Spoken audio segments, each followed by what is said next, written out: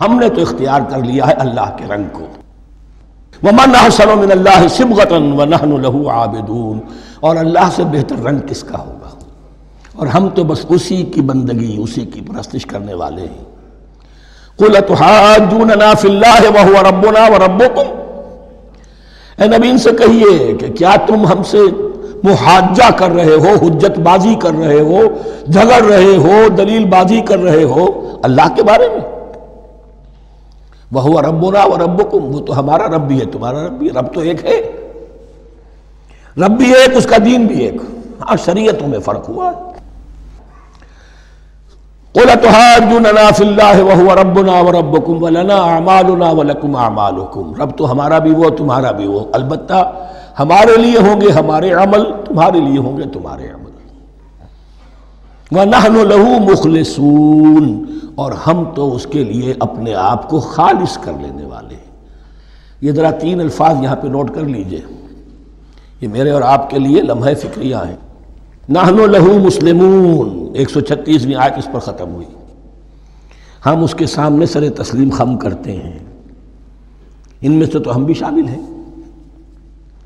نحن لہو عابدون، آیت نمبر 138.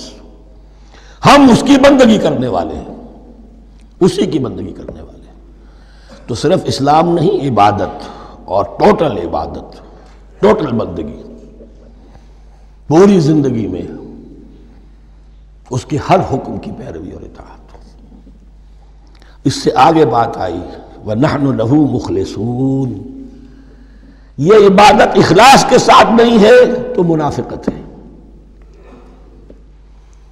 اس عبادت سے کوئی دنیا کی منفعت پیش نظر نہ ہو، سوداگری نہیں، یہ عبادت خدا کی ہے.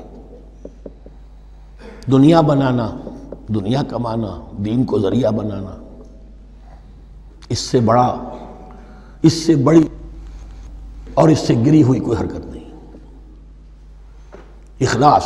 حضور نے فرمایا من صلی یرائی فقد اشرکا ومن صام یرائی فقد اشرکا ومن تصدق یرائی فقد اشرکا. جس نے نماز پڑھی دکھاوے کے لیے اس نے شرک کیا، جس نے روزہ رکھا دکھاوے کے لیے اس نے شرک کیا، اور جس نے صدقہ خیرات دیا دکھاوے کے لیے اس نے شرک کیا. وَنَحْنُ لَهُ مُخْلِصُونَ. نَحْنُ لَهُ مُسْلِمُونَ، نَحْنُ لَهُ عَابِدُونَ، نَحْنُ لَهُ مُخْلِصُونَ.